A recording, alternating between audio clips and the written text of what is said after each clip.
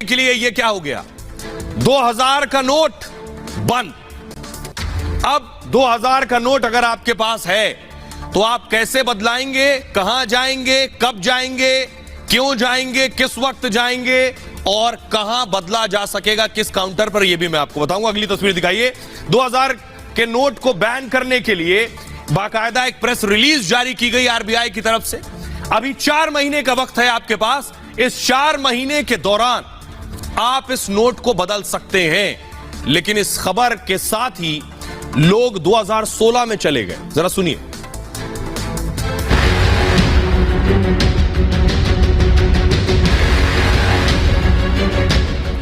आज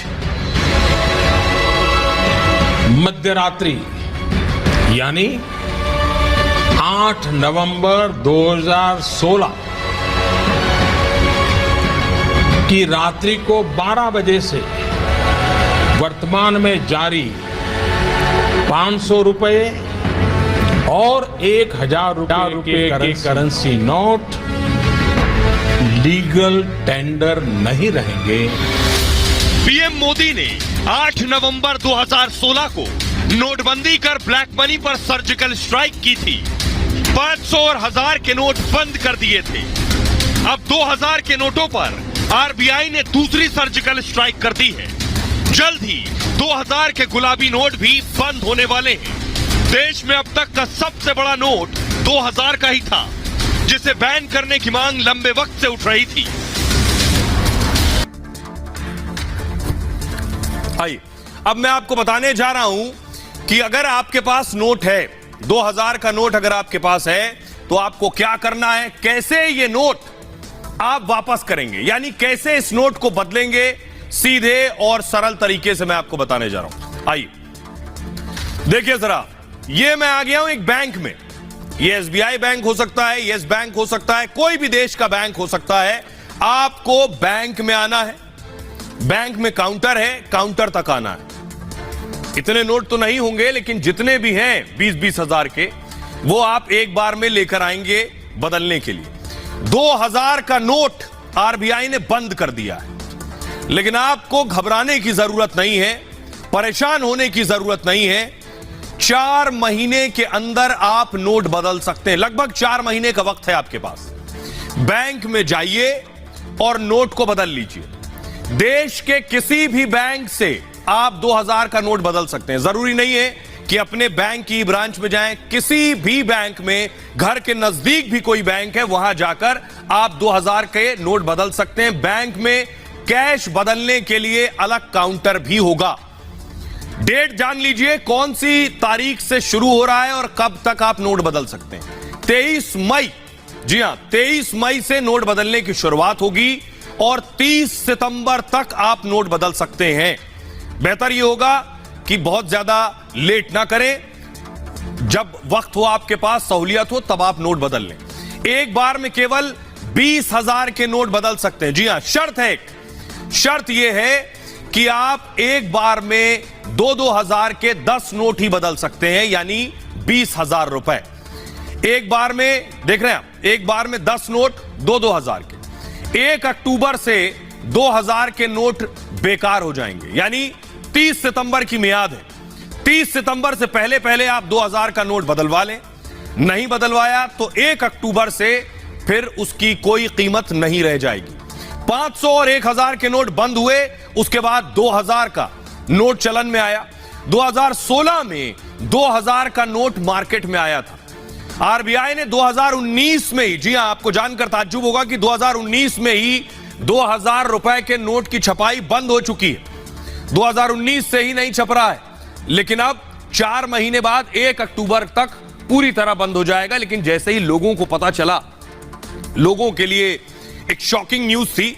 लोगों से हमने बात की, जब उन्हें बताया कि 2000 का नोट बंद हो रहा है, तो लोगों ने क्या कहा, सुनिए जरा। यही कारण है कि न तो व्यापारी दे रहे हैं, न कोई पर्यटक दे रहे हैं। आपको 2000 का नोट तो समझ में आता है कि ये कहीं न कहीं काले नोटों का, 2000 के नोट जो है वो काले धन के रूप में एकत्रित किए जा रहे हैं। तो सरकार का ये निर्णय हो सकता है उस रूप में अगर देखें तो सही। जीएसटी को चोरी कर रहे हैं, जो कर चोरी कर रहे हैं, जो सरकार को उसके साथ देश के आम आदमी के जो प्रति आए हैं उनको बाधा पहुंचा रहे हैं, उनके लिए मोदी सरकार का निर्णय ऐतिहासिक है। आम आदमी को फर्क नहीं पड़ेगा, क्योंकि मैं तो बैंक में भी देखा तो बैंक में भी अवेलेबल नहीं था 2000 नोट। अच्छा, तो आम जनता के पास तो छोड़िए। क्योंकि क्या है ना, 2000 का नोट जैसे सभी लोग जानते हैं कि बहुत समय से किसी ने देखा नहीं है, तो यानी कहीं तो है वो नोट, और जहां दबा हुआ है वहां से निकलना बहुत ज्यादा जरूरी है। और आम जनता के पास 2000 का नोट आता है ना अगर, तो वो कंफ्यूज हो जाता है कि इसको खुले कैसे कराए, क्योंकि लोग लेने से डर रहे हैं।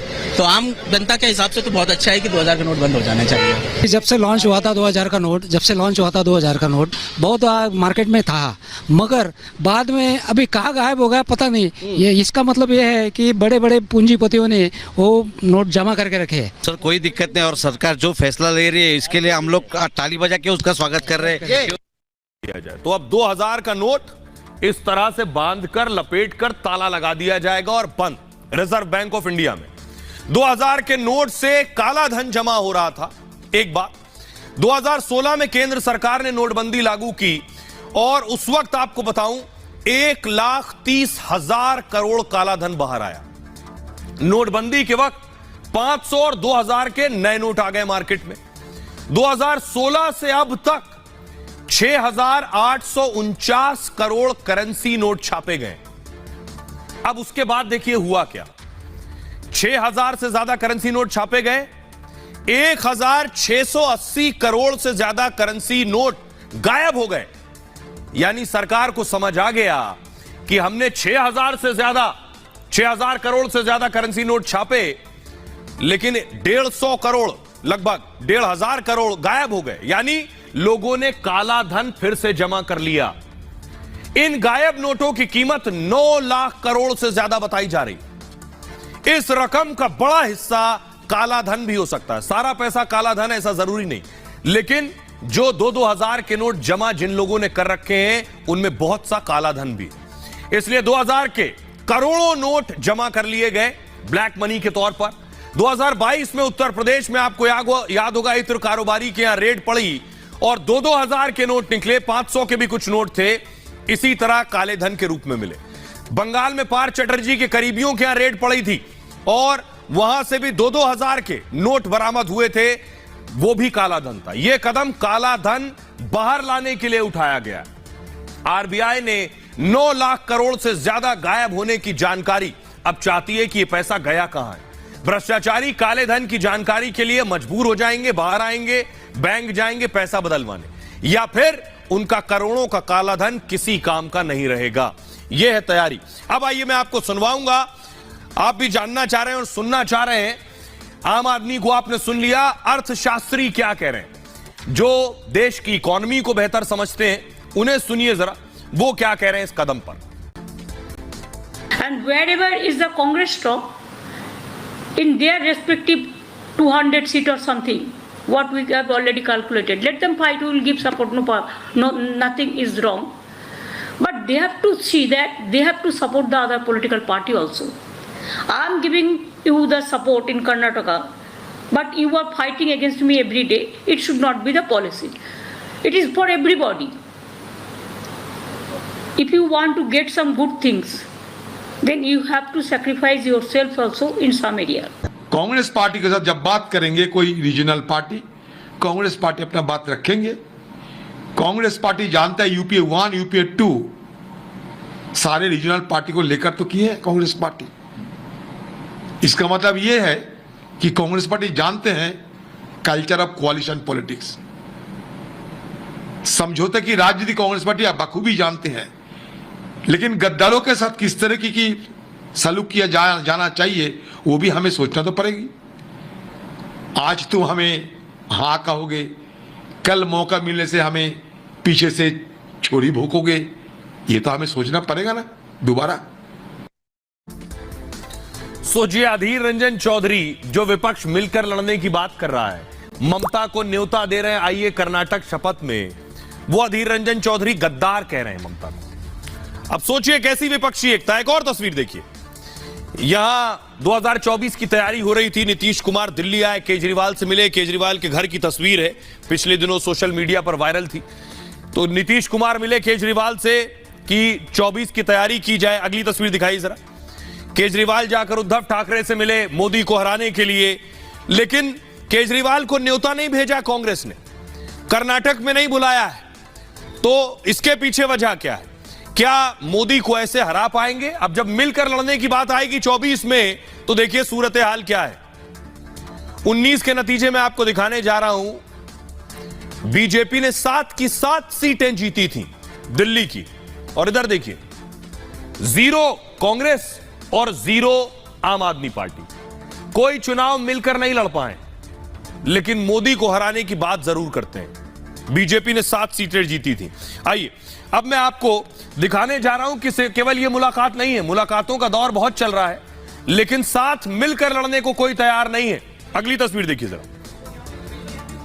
यह आप देख रहे हैं, शरद पवार नीतीश कुमार से मिले थे पिछले दिनों।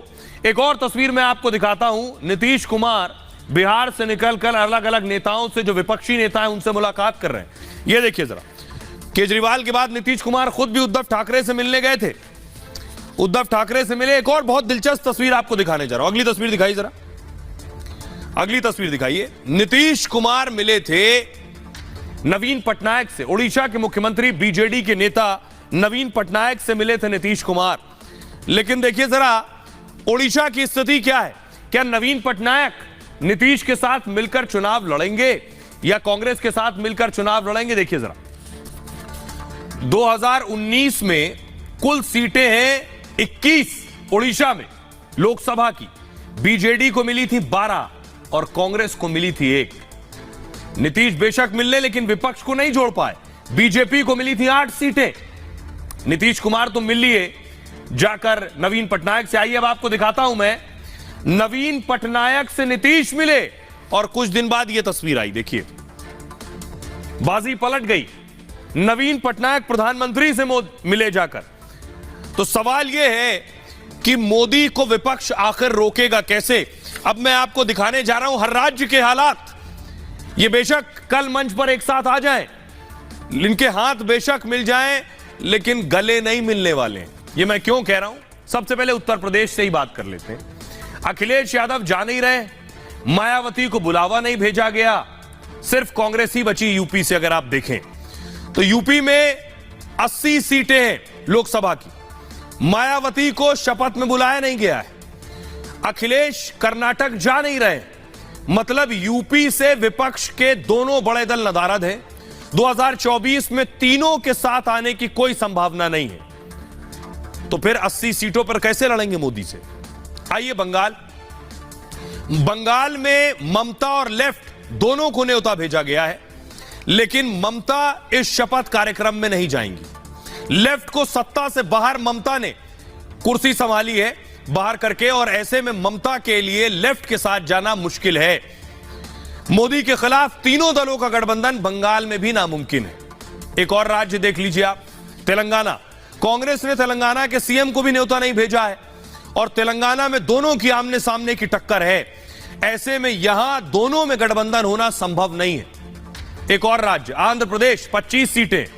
आंध्र प्रदेश से कांग्रेस ने जगन मोहन को न्योता नहीं भेजा है, तो यहां भी तीनों गठबंधन में साथ हो इसकी संभावना नहीं है। सिर्फ 4 राज्यों की 164 सीटों पर ही बात बन पा रही है। बाकी राज्यों में भी कई छोटे दलों के साथ गठबंधन आसान नहीं है। तो फिर 24 की राह वैसे ही होने वाली है जैसे 19 की हुई थी। सुनिए जरा क्या कुछ कह रहे हैं राजनीतिक विश्लेषक अवधेश कुमार। कांग्रेस ने सिद्धारमैया के शपथ ग्रहण समारोह में जितनी पार्टियों को आमंत्रित किया है, लगभग यही पार्टियां 2018 मई में भी कुमारस्वामी के शपथ ग्रहण समारोह में मौजूद थी।